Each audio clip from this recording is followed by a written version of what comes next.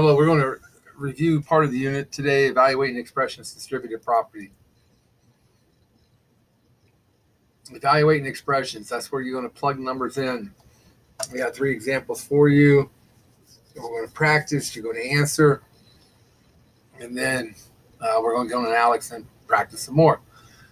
So if I evaluate 6x minus 7, if x equals 8, all that means is I take 8, plug it in for x, put parentheses because a number next to parentheses means multiply.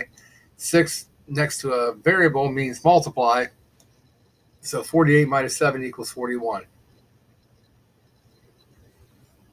Okay, now you're going to do a couple problems similar to this. Go ahead and pause it. And when you come back, we'll have the answer. So 7 times 7 is in fact 49 because we're taking the C, which equals 7, plugging it in. That's 7 times, that's not 77, 7 times 7. 5 plus 6C. Again, pause, answer, play, see if you got it right. This would be 5 plus 6 times 7. 5 plus 42, and that equals 47. Sorry, I get some noise sometimes. There it is. Okay, now we're going to evaluate if there's 2 variables. Last couple of problems, there was 1 variable. 2 variables, no difference. Except we're filling in 2 variables instead of 1. 5m minus 3n, it says m equals 6 and n equals 5. So you plug in 6 for m, you plug in 5 for n. 5 times 6 is 30. 3 times 5 is 15. 30 minus 15 is 15. Again, when it says evaluate expressions, we're taking whatever m and n, whatever the variables are, and we're going to put those numbers in place of it.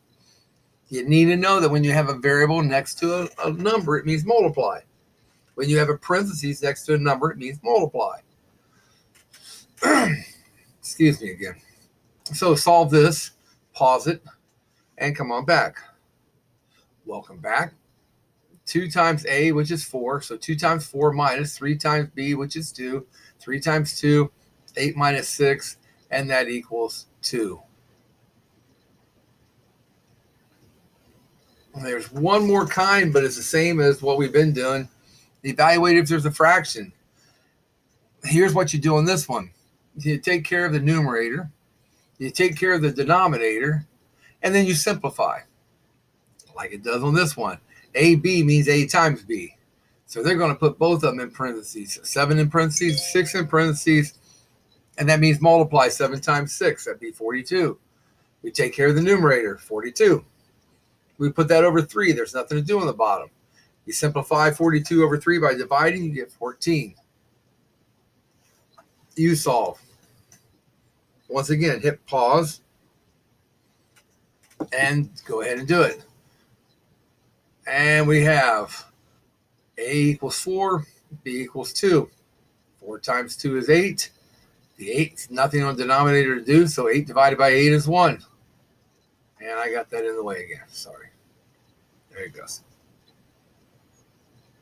Okay.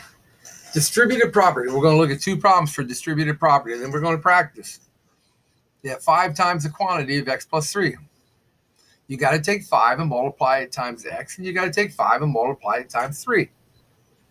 So that'd be 5x plus 15. That's it.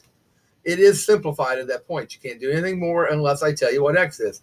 If I asked you to evaluate that expression and said x equals, then you could do that. But since that hasn't been told to you, you can't do that. So you do this one. Okay?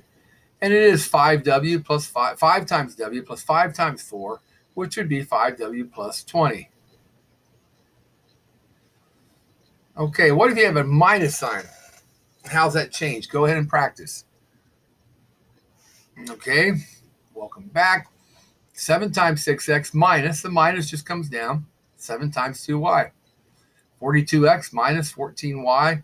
Again, because x and y are not like terms, I can't just combine those. So at this point, that is simplified. It's done.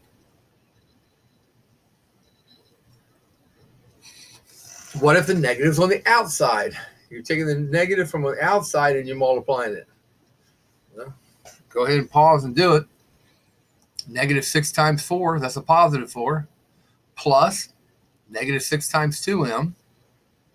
Negative 6 times 4 is negative 24, plus negative 12m, but adding a negative is the same as just subtracting. So you could write that as plus negative 12m, or you could identify that as just being minus 12m. Either way is going to be a correct answer.